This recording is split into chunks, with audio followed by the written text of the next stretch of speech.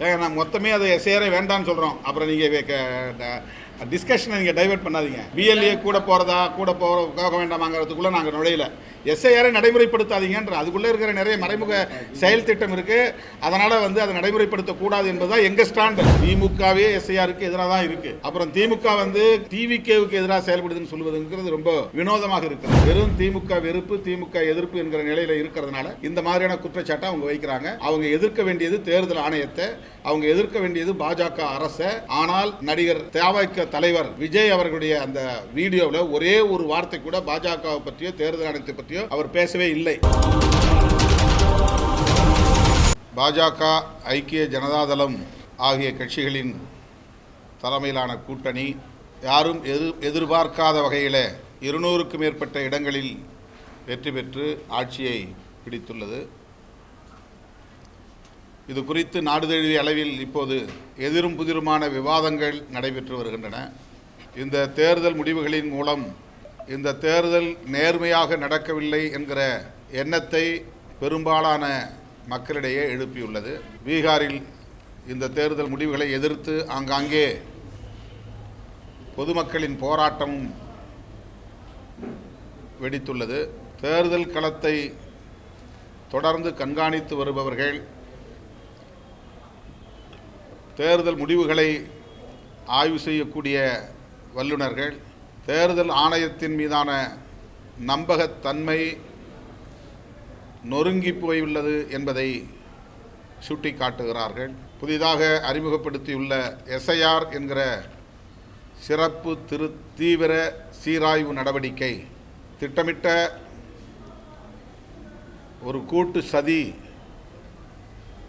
பாஜக, தேர்தல் ஆணையம் ஆகிய 2 நிறுவனங்களும் சேர்ந்து கூட்டு சதி செய்து பாஜகவுக்கு ஆதரவான முடிவுகளை அறிவிப்பதற்கு ஏதுவாக எஸ்ஐஆர் என்கிற இந்த திட்டத்தை நடைமுறைப்படுத்தி வருகிறார்கள் என்று அரசியல் ஆய்வாளர்கள் உறுதிப்படுத்துகின்றனர். விடுதலை சிறுத்தைகளும் அதை வழிமொழிகிறோம். தேர்தல் ஆணையமும் பாரதிய ஜனதா கட்சியும் கூட்டுச்சதி செய்து இப்படி தேர்தலை எதிர்கொள்வது என்பது நாடாளுமன்ற ஜனநாயகத்திற்கு பெரும் தீங்கை விளைவிக்கும். எனவே தமிழ்நாட்டில் எஸ்ஐஆர் என்கிற சிறப்பு தீவிர சீராய்வு நடவடிக்கையை தேர்தல் ஆணையம் கைவிட வேண்டும், அதை நடைமுறைப்படுத்தக்கூடாது என்று விடுதலை சிறுத்தைகள் கட்சி வலியுறுத்துகிறது. நடைமுறை சிக்கல்கள் ஏராளம் உள்ளன. மிக குறுகிய கால கெடு விதித்து 1 மாத இடைவெளியில் அவர்கள் சொல்லுகிறபடி ஆவணங்களை எல்லாம் தயார் செய்து அந்த விண்ணப்பத்தை பூர்த்தி செய்து ஒவ்வொரு வாக்காளரும் தங்கள் பெயரை வாக்காளர் பட்டியலிலே இணைப்பது என்பது மிக பெரும் சவாலாக உள்ளது. கேரளாவிலே இதற்கென்று நியமிக்கப்பட்ட வாக்குச்சாவடி அலுவலர், பூத் லெவல் ஆபீசர் மன உளைச்சலுக்கு ஆளாகி தற்கொலையை செய்திருக்கிறார். தமிழ்நாட்டில் பல இடங்களில் பூத் லெவல் ஆபீசர்ஸ் பொறுப்புக்கு நியமிக்கப்பட்டிருப்பவர்கள் இந்த பணிகளை எங்களால் செய்ய முடியாது என்ற அதிருப்தியை வெளிப்படுத்தி வருகிறார்கள். இது மிக பெரும் சவாலாகவும் மன உளைச்சலை தருவதாகவும் இருக்கிறது. இதனை எங்களால் இந்த குறுகிய காலக்கெடுவுக்குள் நடைமுறைப்படுத்த முடியாது என்பதை வெளிப்படுத்தி வருகிறார்கள்.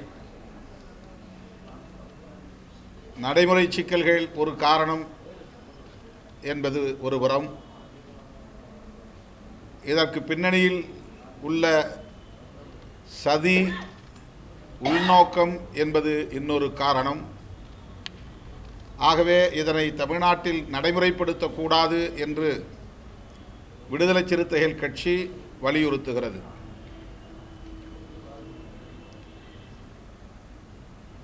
எஸ்ஐஆர் வேண்டாம், பாஜக தேர்தல் ஆணையத்தின் கூட்டுச் சதியை முறியடிப்போம் என்று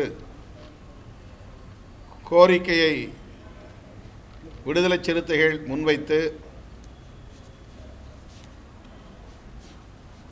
வருகிற 23ஆம் தேதி 24ஆம் தேதி தலைநகர் சென்னையில் எனது தலைமையில் மாபெரும் ஆர்ப்பாட்டம் நடைபெறுகிறது. பாஜக தேர்தல் ஆணையம் கூட்டுச் சதியை முறியடிப்போம், எஸ்ஐஆர் வேண்டாம், பாஜக தேர்தல் ஆணையத்தின் கூட்டுச் சதியை முறியடிப்போம், விடுதலை சிறுத்தைகள் கண்டன ஆர்ப்பாட்டம். சென்னையில் மட்டும் அடையாளமாக நாங்கள் நடத்துகிறோம். என்ன கிழமை வருது? 24 திங்கட்கிழமை 24ஆம் தேதி. இது தமிழ்நாட்டுக்கு மட்டுமல்ல, தேசிய அளவில் பெரும் ஆபத்தை விளைவிக்கக்கூடிய ஒரு நடவடிக்கை. ஒவ்வொரு தேர்தலின் போதும் தேர்தல் ஆணையம் பின்பற்றக்கூடிய எஸ்ஆர் என்கிற சம்மரி ரிவிஷன் என்பதே போதுமானது. அது ஒவ்வொரு முறையும் தேர்தலின் போது நடைபெறக்கூடிய சீராய்வு நடவடிக்கை. பெயரை சேர்த்தல், நீக்கல், திருத்தல் என்கிற நடவடிக்கைகளை மேற்கொள்வது வாடிக்கையான ஒன்று. சட்டமன்ற தேர்தல் நடந்தாலும், நாடாளுமன்ற பொதுத் தேர்தல் நடந்தாலும், தேர்தல் நடைபெறுவதற்கு சில மாதங்களுக்கு முன்னர் தேர்தல் ஆணையம் வழக்கமாக நடைமுறைப்படுத்தி வருகிற ஒன்று. அதனையே இந்த தேர்தலிலும் ஏன் பின்பற்றக்கூடாது, தேர்தல் ஆணையம் இதை திணிக்கிறது என்ற கேள்வி எழுகிறது. 2002ஆம் ஆண்டு எஸ்ஐஆர் நடத்தியதாக தேர்தல் ஆணையம் ஒரு பொய்யை திரும்ப திரும்ப சொல்லுகிறது. 2002ஆம் ஆண்டு அப்படி எந்த எஸ்ஐஆரும் நடந்ததாக ஆதாரங்கள் இல்லை. உச்சநீதிமன்றம் கோரியும் தேர்தல் ஆணையம் அப்படி நடத்தியதற்கான ஆதாரத்தை இதுவரையில் சமர்ப்பிக்கவில்லை. ஆனால் 2002ஆம் ஆண்டு என்ற ஒரு காலத்தை வரையறை செய்து அப்போதைய வாக்காளர் பட்டியலில் உங்கள் பெயர் இடம்பெற்றிருக்கின்றனவா, அப்படி இடம்பெற்றிருந்தால் எந்த ஆவணத்தையும் நீங்கள் தர வேண்டாம் என்ற ஒரு கைட்லைன்ஸ், ஒரு வரையறையை தேர்தல் ஆணையம் முன்மொழிகிறது. இது ஆதாரமற்ற ஒரு தகவல். தேர்தல் ஆணையமே பொய் சொல்லுகிறது என்று பலராலும் விமர்சிக்கப்படுகிறது. இதுவரையில் தேர்தல் ஆணையம் அதை காட்டவில்லை. இரண்டாவது, மிக குறுகிய கால இடைவெளியில் இதை நடைமுறைப்படுத்த முடியாது. வீட்டுக்கு வீடு சென்று ஒவ்வொரு வாக்காளருக்கும் இந்த விண்ணப்பங்களை தந்து அதனை பூர்த்தி செய்து கோடிக்கணக்கான வாக்காளர்களை பட்டியலிலே பதிவேற்றம் செய்வதென்பது நடைமுறை சாத்தியக்கூறுகள் இல்லாத ஒன்று. ஆனாலும் இதை திட்டமிட்டு வலிந்து இந்த அரசு தேர்தல் ஆணையம் திணிக்கிறது. ஆக இதிலும் ஒரு உள்நோக்கம் இருப்பது தெரிய வருகிறது. இதன் மூலம் வேண்டியவர்கள் வேண்டாதவர்கள் என்று எல்லா மதங்களை சார்ந்த வாக்காளர்களையும் பட்டியலிலிருந்து நீக்கம் செய்து விடுவது என்பதன் மூலம் பெரும்பாலான எதிர்ப்பு வாக்குகளை வாக்களிக்க விடாமலேயே தடுப்பது என்கிற நடவடிக்கையில் அவர்கள் இறங்கியிருக்கிறார்கள் என்ற சந்தேகம் எழுந்துள்ளது. ஆகவே இந்த பட்டியலில் பெயர் நீக்கம் என்பது மேலோட்டமாக பார்த்தால் பொதுவானதாக தோன்றும். ஆனால் நடைமுறையில் பார்த்தால் அவர்களுக்கு எதிரான வாக்காளர்களை பட்டியலில் இருந்து நீக்குவதே முதன்மையானது என்பதை புரிந்து கொள்ள முடியும். எனவே அதில் உள்நோக்கம் இருக்கிறது. நடைமுறை சிக்கல்களுக்காக எஸ்ஐஆர் வேண்டாம் என்று ஒரு தரப்பு சொல்லுகிறார்கள். அந்த காரணங்களோடு கூடுதலாக விடுதலை சிறுத்தைகள் சொல்லுகிற காரணம், எஸ்ஐஆர் என்பதே ஒரு திட்டமிட்ட சதி நடவடிக்கை, பாஜக தேர்தல் ஆணையத்தின் கூட்டு சதி. அதன் மூலம் அவர்கள் சிஏஏ என்கிற குடியுரிமை திருத்த சட்டத்தை நடைமுறைப்படுத்துகிறார்கள். தேர்தல் ஆணையத்தை அதற்கான ஒரு கருவியாக பயன்படுத்துகிறார்கள். என்ஆர்சி என்கிற தேசிய குடிமக்கள் பேரேட்டை தயாரிப்பதுதான் அவர்களின் நோக்கம். வாக்காளர் பட்டியலை தயாரிக்கிறோம் என்கிற பெயரில், வாக்காளர் பட்டியலை தூய்மைப்படுத்துகிறோம் என்கிற பெயரில் தேசிய குடிமக்கள் பேரேட்டை தயாரிப்பது என்பது அவர்களின் நோக்கமாக இருக்கிறது. அது வடகிழக்கு மாகாணங்களில் மட்டும் செய்யாமல், அல்லது பாகிஸ்தானோடு அண்டையில் இருக்கிற மாநிலங்களில் மட்டும் செய்யாமல், ஒட்டுமொத்த தேசிய அளவிலே செய்து தேசிய குடிமக்கள் பேரேட்டை தயாரிப்பது என்பதை உள்நோக்கமாக கொண்டு தேர்தல் ஆணையமும் பாஜகவும் இந்த வேலைகளை செய்வதாக விடுதலை சிறுத்தைகள் கட்சி நம்புகிறது. எனவே எஸ்ஐஆரை நடைமுறைப்படுத்துவதில் உள்ள சிக்கல்களை மட்டுமே காரணமாக சொல்லாமல், அதன் உள்நோக்கத்தையும் அடிப்படையாக கொண்டு எஸ்ஐஆர் வேண்டாம் என்று விடுதலை சிறுத்தைகள் கட்சி வலியுறுத்துகிறது. இந்த குரலை அனைத்து தரப்பு ஜனநாயக சக்திகளும் ஓங்கி ஒலிக்க வேண்டும். இது வெகுமக்கள் எதிர்ப்பாக பரிணமிக்க வேண்டும் என்று விடுதலை சிறுத்தைகள் கட்சி அறைகூவல் விடுக்கிறது.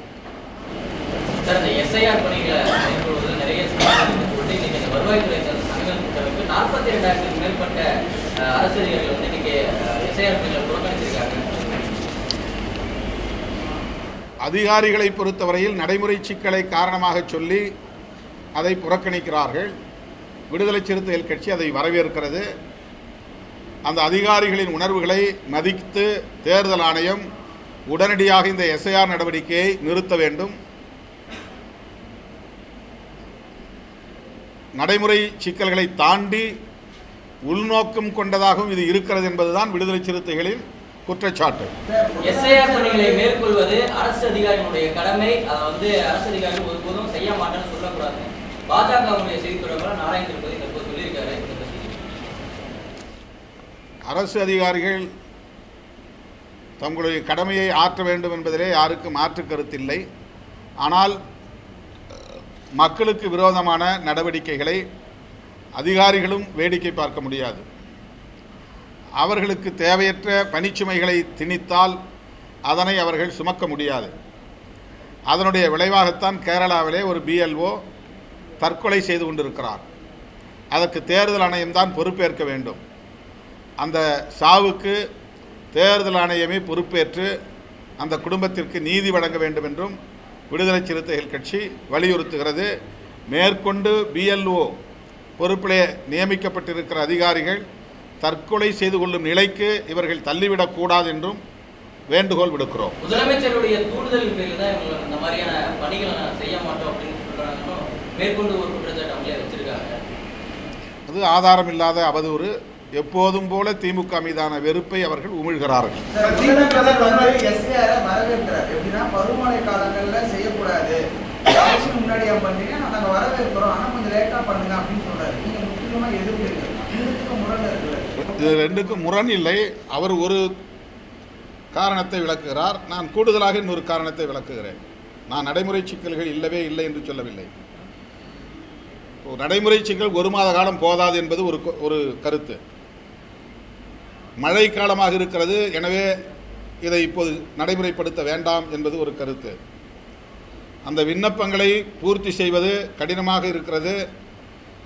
அவர்கள் கோருகிற ஆவணங்களை ஏற்பாடு செய்வதில் பாமர மக்கள், ஊரகப் பகுதிகளில் வசிக்கிற மக்கள், உழைக்கிற மக்கள் மிக சிரமப்பட வேண்டிய ஒன்றாக இருக்கிறது. இதுபோன்ற நடைமுறை சிக்கல்களும் இருக்கின்றன. அதை முதல்வர் சுட்டி காட்டுகிறார். அது ஒரு காரணம், அதுவும் உண்மைதான். அதை தாண்டி தேசிய குடிமக்கள் பேரட்டை தயாரிப்பதற்கான ஒரு செயல் திட்டமும் மறைமுக செயல் திட்டமும் இதற்குள்ளே இருக்கிறது. அதை நடைமுறைப்படுத்துவதற்காகத்தான் இப்படி தேர்தல் ஆணையமும் பாஜக அரசும் கூட்டுச்சதி செய்கிறது என்று நாங்கள் குற்றம் சாட்டுகிறோம். மூன்றாவதாக, இவ்வாறு பெயர்களை நீக்கம் செய்வதன் மூலம் எதிர்த்து வாக்களிக்கக்கூடிய வாக்காளர்களை பெரும்பாலும் கணிசமான அளவிலே வெளியேற்றிவிட முடியும். 90 விழுக்காடு வெளியேற்றிவிட முடியும். அவர்களுக்கு வாக்களிக்கக்கூடியவர்கள் மிக சொற்பமாக அதிலே இருக்கலாம். ஆனால் பெரும்பான்மையான எதிர்ப்பு வாக்குகளை அவர்களால் தடுத்துவிட முடியும். இந்த உள்நோக்கமும் அதிலே இருக்கிறது. ஆக 2 உள்நோக்கம். ஒன்று, எதிர்ப்பு வாக்குகளை வெளியேற்றுவது பட்டியலில் இருந்து. 2வது, தேசிய குடிமக்கள் பேரேட்டை தேர்தல் ஆணையத்தின் மூலமாகவே தயாரித்து விடுவது. இந்த 2 சதித்திட்டமும் மறைமுக செயல் திட்டமாக இருக்கிறது. நடைமுறை சாத்தியக்கூறுகள் என்கிற ஒரு களத்திலே நாம் சிந்திக்கிற போது இந்த 1 மாத காலம் போதாது. இந்த ஆவணங்கள் திரட்டுவது என்பது சாத்தியமில்லாத ஒன்று. ஊரக மக்கள் இதை அவ்வளவு எளிதாக கையாள முடியாது போன்ற சிக்கல்கள் இருக்கின்றன. அடைமழை காலமாக இருக்கிறது என்பது ஒன்று. அவர்கள் திரும்ப அதை வெரிஃபை செய்து அறிவிப்பதற்கு எடுத்துக்கொள்கிற காலமும் நாம் கவனிக்க முடியாத பொங்கல் காலமாக இருக்கும். ஜனவரி அவர்கள் அதற்கான வெரிஃபிகேஷன் காலமாக எடுத்துக்கொள்கிறார்கள். அந்த நேரத்தில் அது கவனம் செலுத்த முடியாத ஒரு பண்டிகை காலமாகவும் நம்முடைய தமிழ்நாட்டிலே அமைந்து விடுகிறது. இவையெல்லாம் நடைமுறை சம்பந்தமானது, பிராக்டிக்கல் டிஃபிகல்டிஸ். இது மட்டுமே காரணம் என்று விடுதலை சிறுத்தைகள் கூறவில்லை. சில கட்சிகள் இதை பிரதானப்படுத்தி சொல்லுகின்றன. நாங்கள் இதன் ஊடாக இன்னமும் அவர்களின் மறைமுக செயல் திட்டம் அதிலே இருக்கிறது, இதனோடு இணைந்து இருக்கிறது. ஆகவே எஸ்ஐஆரே வேண்டாம் என்கிற ஒரு கோரிக்கையை விடுதலை சிறுத்தைகள் கட்சி முன்வைக்கிறது. சார், எஸ்ஐஆர்ல கொளத்தூர் தொகுதியில் மட்டும் 19,000 வாக்குகள் சந்தேகத்திற்குரிய வாக்குகளா இருக்கிறதா மத்திய அமைச்சர் தெரிவிச்சிருக்காங்க. இது எப்படி பாக்குறீங்க? இதெல்லாம் சரி முறைப்படுத்தணும்னா எஸ்ஐஆர் தேவை. அதுக்கு ஏற்கனவே இருக்கிற எஸ்ஆர்ஐ போதுமானது, சம்மரி ரிவிஷன் போதுமானது. அதில் 2 வகையான ரிவிஷன் முறை இருக்கு. எலெக்ஷன் கமிஷன் ஏற்கனவே நடைமுறைப்படுத்தி வருகிற 2 வகையான அணுகுமுறை. ஒன்று எஸ்ஆர் என்பது, இன்னொன்று ஐஆர் என்பது. ஐஆர் என்பதே இன்டென்சிவ் ரிவிஷன் தான். அது தேர்தல் காலத்தில் அல்லாத பிற காலங்களில் மேற்கொள்ளப்படுகிற நடவடிக்கை. அது இண்டிபெண்டன்ட் அப்ரோச். அது அதாவது தேர்தல் நடந்தால் செய்வது என்பது சம்மரி ரிவிஷன். இப்போ எலெக்ஷன் வந்துருச்சு, அவர் 3 மாதத்துக்கு முன்னால் செய்து முடிக்கணும் அப்படிங்கிறது சம்மரி ரிவிஷன். எலெக்ஷனே இல்லை, இப்போ இன்னும் 4 வருஷத்துக்கு பின்னால் தான் எலெக்ஷன் வரும் அப்படிங்கிற காலத்தில் எடுக்கிற நடவடிக்கைக்கு பேர் இன்டென்சிவ் ரிவிஷன். இந்த 2 அப்ரோச்சும் ஏற்கனவே எலெக்ஷன் கமிஷன் கையாளக்கூடிய ஒன்று தான். அதில் ஏதேனும் ஒன்றை இவர்கள் எப்போதே செய்திருக்கலாம். இன்டென்சிவ் ரிவிஷன் என்பதே 1 வருஷத்துக்கு முன்னாடி 2 வருஷத்துக்கு முன்னாடி அவங்க செய்திருக்கலாம், அல்லது இந்த தேர்தலை முடிச்சுட்டு கூட செய்யலாம். அதுக்கான பாசிபிலிட்டிஸ் இருக்குது, அதுக்கான ஸ்பேஸ் இருக்குது. இந்த தேர்தலை முடிச்சுட்டு மே மாதம் முடிஞ்சிடும், ஜூன் மாதத்துலேருந்து இவங்க கிளென்சிங் வேலையை ஆரம்பிக்கலாமே. அந்த இன்டென்சிவ் ரிவிஷனை அதே ஸ்பெஷல் இன்டென்சிவ் ரிவிஷனுங்கிற பேரில் கூட செய்யலாமே. அதுக்கான பாசிபிலிட்டிஸ் இருக்குல்ல. ஆனால் எலெக்ஷனுக்கு முன்னாலே இவங்க இன்டென்சிவ் ரிவிஷனை ஸ்பெஷல் இன்டென்சிவ் ரிவிஷன் என்று அவங்க நடத்துகிறாங்க. அப்போ அதனுடைய கான்செப்டே அடிபடுது. இன்டென்சிவ் ரிவிஷன் என்பதே இண்டிபெண்ட் அப்ரோச்னு அர்த்தம். எலெக்ஷனை சார்ந்து இருக்காமல் இருக்கிற ஒரு நடவடிக்கை. எலெக்ஷன் சார்ந்து எடுப்பது சம்மரி ரிவிஷன். சம்மரி ரிவிஷன் போதுமானது, அதில் கிளென்சிங் பண்ண முடியும். அதில் பிஜேபி மற்ற ஆட்கள்லாம் இருந்து கொளத்தூர் தொகுதியில் 19,000 ஓட்டு டூப்ளிகேட் ஓட்டு இருக்குது அல்லது போகஸ் ஓட்டு இருக்குனாக்கா அவங்க அதை அடையாளம் கண்டுபிடிச்சி அவங்க பூத் லெவல் ஏஜென்ட் போட்டிருக்கிறாங்க, அதை ஃபுல்லாக கம்ப்ளீட்டாக பார்த்து நீக்க சொல்லலாம். அதுக்கான வாய்ப்பு இருக்குது. எனவே இது அதுக்காக மட்டும் இல்லை என்பது தான் விடுதலை சிறுத்தைகளின் அப்சர்வேஷன். இது வெறும் கிளென்சிங் ப்ராசஸ் அல்ல. வாக்காளர் பட்டியலை தூய்மைப்படுத்துவதற்காக மட்டுமே இவர்கள் இதை கையாளவில்லை. அவர்களுக்கு மறைமுக செயல் திட்டம் இருக்கிறது. ஆகவேதான் இதை முற்றாக கைவிட வேண்டும் என்று விடுதலை சிறுத்தைகள் வலியுறுத்துகிறோம். கைவிட வேண்டும் என்று வலியுறுத்தி 24ஆம் தேதி சென்னையில் எனது தலைமையில் ஆர்ப்பாட்டம் நடைபெறும். தமிழ்நாட்டில் எஸ்ஐஆர் திமுக தான் முறைகேடாக பயன்படுத்துது. குறிப்பாக டிவிகே வாக்குல நீக்கிறதுக்காக திமுக இந்த கட்சிக்காரர்கள் போய் அந்த வேலையை செய்யறாங்க விஜய் சொல்றாரு. பாஜகவும் திமுகவும் சேர்ந்துக்கிட்டு தமிழ்நாட்டில் எஸ்ஐஆர் அது அவங்க மைண்ட் செட் மாறலை இன்னும். அதாவது டிஎம்கே எதிர்ப்புங்கிறது மட்டுமே ஒரு அளவுகோலாக வைத்துக்கொண்டு அவர்கள் அரசியல் செய்கிறார்கள். அவங்க இன்னும் அரசியல் களத்துக்குள்ளே முழுமையாக வரலை. அவங்களுடைய கான்செப்ட் என்ன, அவங்களுடைய ஐடியாலஜி என்ன, எதிர்க்க வேண்டிய பகை சக்தி எது, ஆதரிக்க வேண்டிய நட்பு சக்தி எது, ஜனநாயக சக்தி எது என்பதை கணக்கிலே கொண்டு அவர்கள் இதை அணுக வேண்டும் என்பது என்னுடைய பணிவான வேண்டுகோள். இதில் திமுகவே எஸ்ஐஆருக்கு எதிராக தான் இருக்குது. அப்புறம் திமுக டிவிகேவுக்கு எதிராக செயல்படுதுன்னு சொல்வதுங்கிறது ரொம்ப வினோதமாக இருக்கிறது. இது ஏற்புடையதாக இல்லை. அவங்க மைண்ட் செட் ஒரே ஒரு விஷயத்தில் ஸ்டிக்கான ஆகிருக்குது. வெறும் திமுக வெறுப்பு, திமுக எதிர்ப்பு என்கிற நிலையில் இருக்கிறதுனால இந்த மாதிரியான குற்றச்சாட்டை அவங்க வைக்கிறாங்க. அவங்க எதிர்க்க வேண்டியது தேர்தல் ஆணையத்தை, அவங்க எதிர்க்க வேண்டியது பாஜக அரசை. ஆனால் நடிகர் நம்முடைய தவிக தலைவர் விஜய் அவர்களுடைய அந்த வீடியோவில் ஒரே ஒரு வார்த்தை கூட பாஜகவை பற்றியோ தேர்தல் ஆணையத்தை பற்றியோ அவர் பேசவே இல்லை. அவருக்கு இதெல்லாம் யாரும் சுட்டி காட்டவில்லையோ என்ற ஒரு சந்தேகம் நமக்கு எழுகிறது. பிஎல்ஏக்கள் வந்து கூட போலான்னு சொல்லி தேர்தல் ஆணையமே சொல்லுது. ஒரு 50 ஃபார்மா ஒரு பிஎல்ஏவும் ஃபில் பண்ணி தரணும்னு கோரிக்கை வச்சிருக்கு தேர்தல் ஆணையம். ஆனா திமுகவை சார்ந்த பிஎல்ஏக்கள் கூட போறத அது என்ன முறைகேடான விஷயன்ற மாதிரி அந்த வீடியோ எடுத்து சமூக வலைதளங்கள்ல திமுக பாருங்க ஹைஜாக் பண்ணுதுன்னு சொல்லி பல விமர்சனங்களை நீங்க பாருங்க. பிஎல்ஏ போலாம் கூட நான் மொத்தமே அதை எஸ்ஐஆரே வேண்டான்னு சொல்கிறோம். அப்புறம் நீங்கள் டிஸ்கஷனை நீங்கள் டைவெர்ட் பண்ணாதீங்க. இப்போ பிஎல்ஏ கூட போக வேண்டாமாங்கிறதுக்குள்ளே நாங்கள் நுழையில. எஸ்ஐஆரை நடைமுறைப்படுத்தாதீங்கன்ற அதுக்குள்ளே இருக்கிற நிறைய மறைமுக செயல் திட்டம் இருக்குது. அதனால் வந்து அதை நடைமுறைப்படுத்தக்கூடாது என்பதுதான் எங்கள் ஸ்டாண்டு. விடுதலை சிறுத்தை நீதிமன்றம் வந்து இறந்துருக்கிறாங்க. பிஎல்ஓக்கள் வந்து இறந்துருக்கிறாங்க. பீகாரில் வந்து லட்சக்கணக்கில் வாக்கு அளிக்கப்படுகிறது. போலி வாக்குகள் சேர்க்கப்பட்டிருக்கு. இவ்வளவு நடந்த பேருக்கும் மாஸ் எக்ஸ்கியூஷன் நடந்த பேருக்கும் நீதிமன்றம் ஏற்கனவே பீகார் வழக்கிலையும் அதை தீர்ப்பு சொல்லாம குடியுரிமை நீக்கப்படுதுன்றது தீர்ப்பு. அதுதான் உச்ச நீதிமன்றம், தேர்தல் ஆணையம் இது போன்ற பொதுவான மக்கள் நிறுவனங்களை இன்றைக்கு பாஜக ஆட்சியாளர்கள் தவறாக பயன்படுத்துகிறார்கள். பல வகையில் இன்ஃப்ளூயன்ஸ் பண்ணுறாங்க.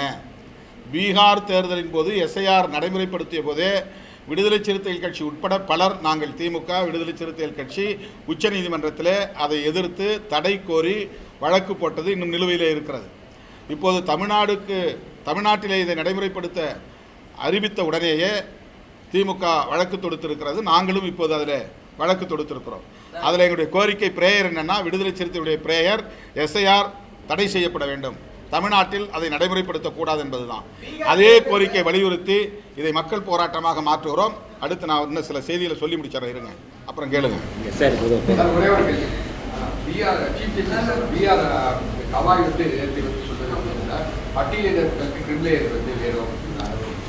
அவருடைய கருத்தை நான் ஏற்கவில்லை.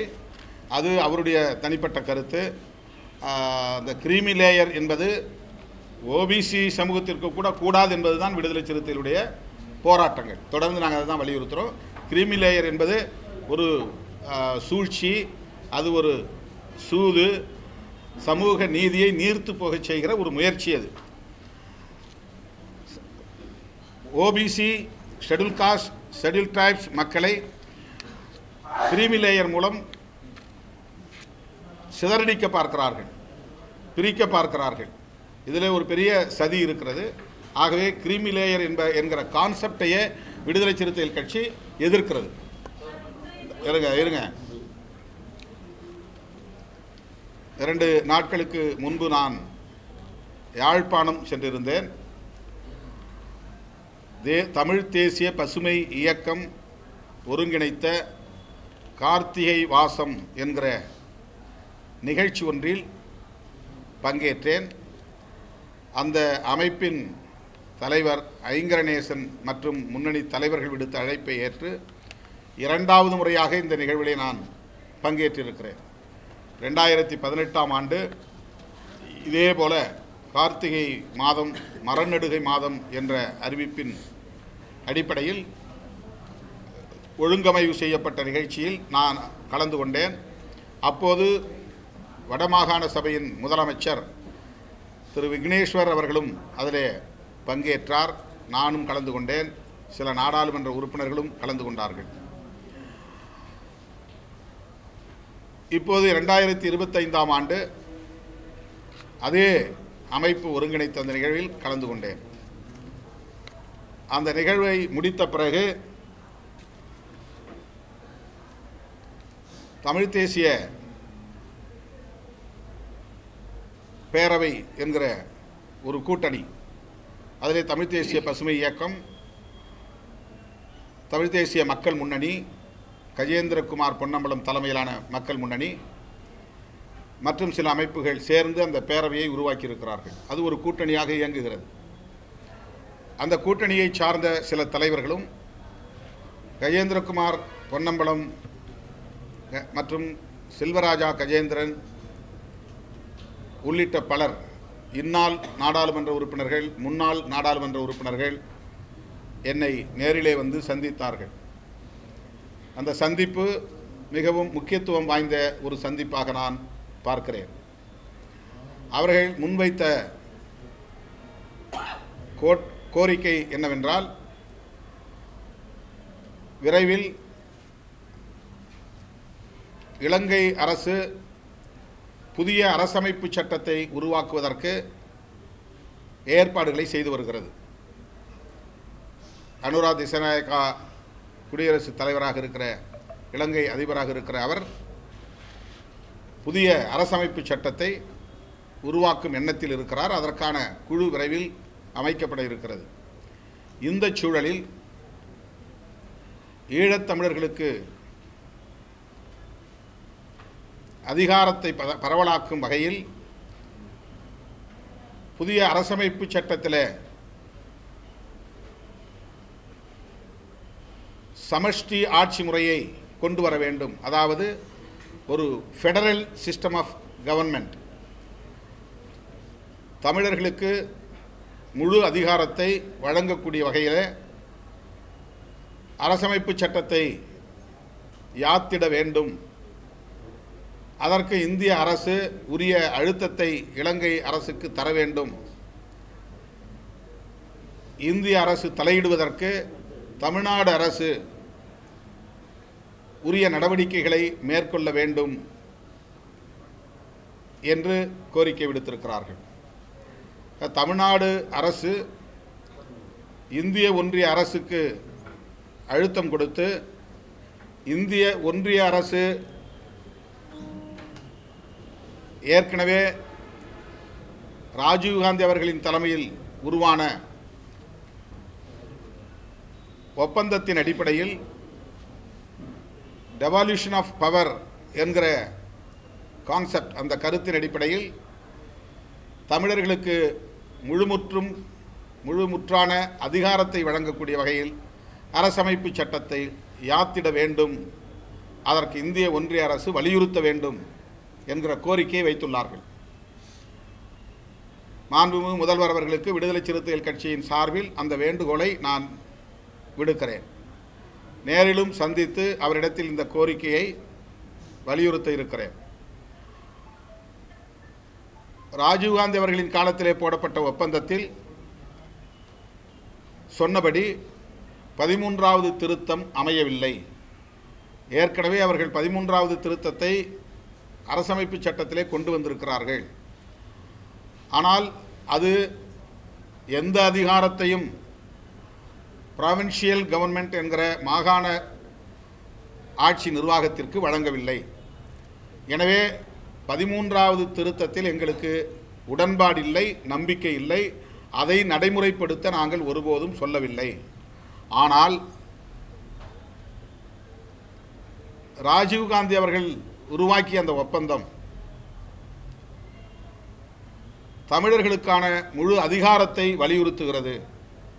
அந்த ஒப்பந்தத்தை நடைமுறைப்படுத்த இந்திய ஒன்றிய அரசு உரிய முயற்சிகளை மேற்கொள்ள வேண்டும். இதுதான் அவர்களின் கோரிக்கை. அதிலே அவர்கள் தெளிவுபடுத்த விரும்புவது, அந்த கான்ஸ்டிடியூஷன் என்பது யூனிட்டரி கவர்மெண்ட் என்கிற ஒற்றையாட்சி முறையாக இருக்கக்கூடாது. ஃபெடரல் ஸ்ட்ரக்சர் என்கிற அடிப்படையில் அது அமைய வேண்டும். இந்தியாவிலே இருப்பது குவாசி ஃபெடரல் என்கிற ஒரு ஆட்சி நிர்வாக முறை. மாநிலங்களுக்கு அதிகாரம் உண்டு. ஆனாலும் இந்திய ஒன்றிய அரசு கூடுதலான அதிகார வலிமை கொண்டதாக இருக்கும். அவ்வாறு இல்லாமல், குவாசி ஃபெடரலாக இல்லாமல் ஒரு முழுமையடைந்த கூட்டாட்சி முறையை, அதுதான் அவர்கள் சமஷ்டி முறை என்கிறார்கள், கூட்டாட்சி முறையை இலங்கையில் கொண்டு வருவதற்கு புதிதாக தயாரிக்கப்படவுள்ள அரசமைப்பு சட்டத்தில் இடம்பெறச் செய்ய வேண்டும். இந்திய ஒன்றிய அரசுக்கு அந்த பொறுப்பு உண்டு, கடமை உண்டு. ஏற்கனவே ஒப்பந்தம் அந்த அடிப்படையில் தான் போடப்பட்டிருக்கிறது.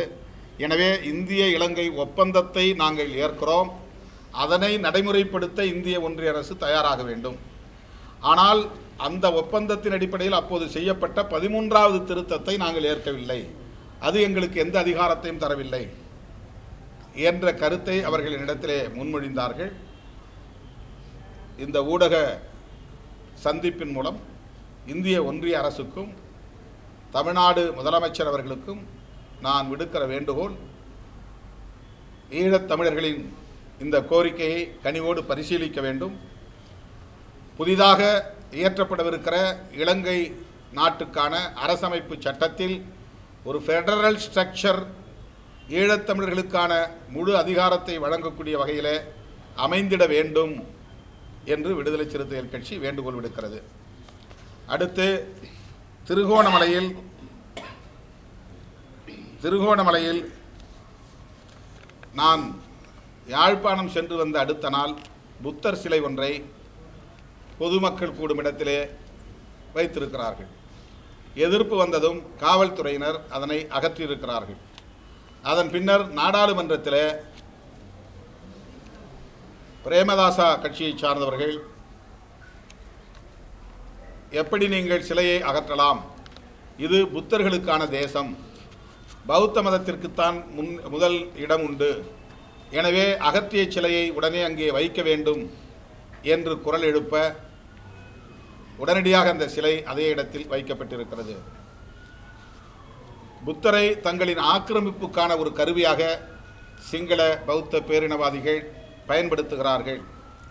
தமிழர்களின் தாயகமாக உள்ள வடக்கு கிழக்கு பகுதிகளில் ஆங்காங்கே புத்தர் சிலைகளை நிறுவி தமிழர்களுக்கு சொந்தமான நிலங்களை ஆக்கிரமிப்பதும், கலாச்சாரத்தை, தமிழர்களின் நீண்ட நெடிய பாரம்பரியத்தை சிதைக்கிற நடவடிக்கைகளிலும் தொடர்ந்து ஈடுபட்டு வருகிறார்கள்.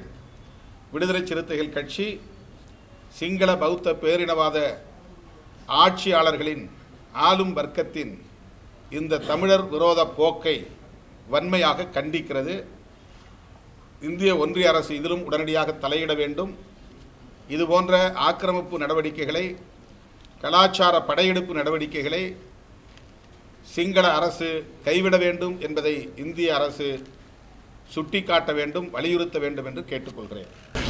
தூய்மை பணியாளர்களுக்கு தமிழக அரசு பல்வேறு நலத்திட்டங்கள் செஞ்சுட்டு வந்தாலும் இன்றைய நிலையில் தங்களுக்கு வேலை வாய்ப்பை உறுதி செய்ய வேண்டும் சொல்லி சென்னை மாநகராட்சியை வலியுறுத்தி போராட்டத்தில் பல கட்டமாக ஈடுபட்டு வந்தாங்க. இப்போ கோர்ட்டு வழங்கிக்கிறபடி 4 பெண் தூய்மை பணியாளர்கள் அம்பத்தூர்ல காலவரையற்ற உண்ணாவிரதம் இருந்துட்டு வராங்க. இன்னும் தமிழக அரசு இவங்க மேல எவ்வளவு கவனம் செலுத்தணும் நீங்க நினைக்கிறீங்க? ஏற்கனவே இந்த பிரச்சனையை முதலில் முதலமைச்சரின் கவனத்திற்கு கொண்டு சென்றது விடுதலை சிறுத்தைகள் கட்சிதான். அவர்களின் கோரிக்கையை ஜனநாயகபூர்வமான முறையிலே அணுக வேண்டும். அந்த 2 ஜோன், அந்த பகுதிகளில் வேலை செய்யக்கூடியவர்களை அப்படியே நிரந்தரப்படுத்திக் கொள்ள வேண்டும். புதிதாக ஆட்கள் தேவைப்பட்டால் அவுட்சோர்சிங் முறைப்படி எடுத்துக்கொள்ளலாம். போராடுகிறவர்கள் அதற்கு இணங்குகிறார்கள் என்பதை நாங்கள் எடுத்துச் சொன்னோம். அதை பரிசீலிப்பதாக அப்போது சொல்லப்பட்டது. ஆனால் இன்னும் அது ஒரு முடிவுக்கு வரவில்லை என்பது கவலை அளிக்கிறது. முதல்வரை நான் மறுபடியும் சந்திக்கிற போது இந்த பிரச்சனை குறித்து வலியுறுத்துவேன். பீகார் தேர்தலில் உலக வங்கியில் 14,000 கோடி கடன் வாங்கி தேர்தல் நடத்தினதா கணக்கில் வெளியிட்டிருக்காங்க. வேறு ஒரு திட்டத்திற்காக உலக வங்கியின் மூலம் பெற்ற பணத்தை தேர்தல் ஆதாயம் கருதி குடும்ப பெண்களின் வங்கி கணக்கில் தலா 10,000 அவர்கள் உதவித்தொகையாக வழங்கியது இப்போது வெளியாகி இருக்கிறது. இது தேர்தலுக்கு முன்பே தொடங்கப்பட்டதாகவும் சொல்லப்படுகிறது. ஆனால் தேர்தலை கருத்தில் கொண்டுதான் இந்த வேலையை செய்திருக்கிறார்கள் என்று பலரும் உறுதிப்படுத்துகிறார்கள். இந்த நடவடிக்கை ஜனநாயகத்தை சிதைக்கிற நடவடிக்கை, நாடாளுமன்ற ஜனநாயகத்தின் மீதான நம்பகத்தன்மையை நொறுக்குகிற நடவடிக்கை, மக்களை விலை கொடுத்து வாங்கிவிடலாம்,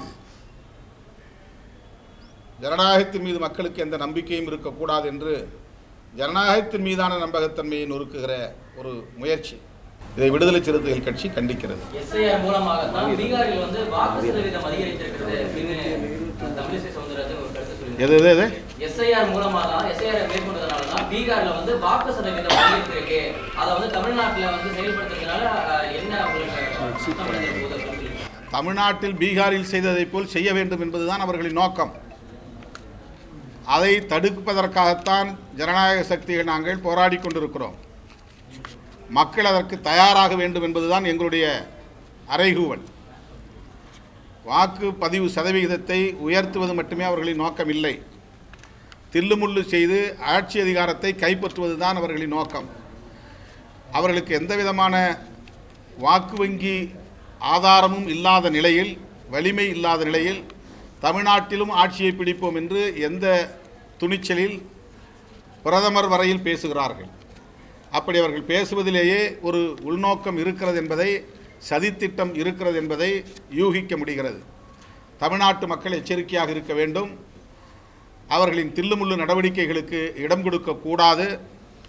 அரசியல் கட்சிகள் எதிர்ப்பு என்றால் அது அரசியல் காரணங்கள் என்று விமர்சிக்கப்படலாம். பொதுமக்கள் இதில் விழிப்பாக இருந்து இதை தடுக்க வேண்டும் என்று வேண்டுகோள் விடுக்கிறேன். நாளை மறுநாள் புதிய கட்சி உதயமாகிறது. மல்லை சத்யா அவர்களுக்கு அதை பற்றி உங்களுடைய கருத்து என்ன சார்? நாளை கட்சி முதன்மை பேரவை அவர் கட்சி தொடங்கட்டும். கட்சி தொடங்கின பிறகு 27ஆம் தேதி வழக்கம் போல விடுதலை சிறுத்தைகள் கட்சியின் சார்பில் ஆவடியில் மாவீரர் நாள் நிகழ்வு நடைபெறும்.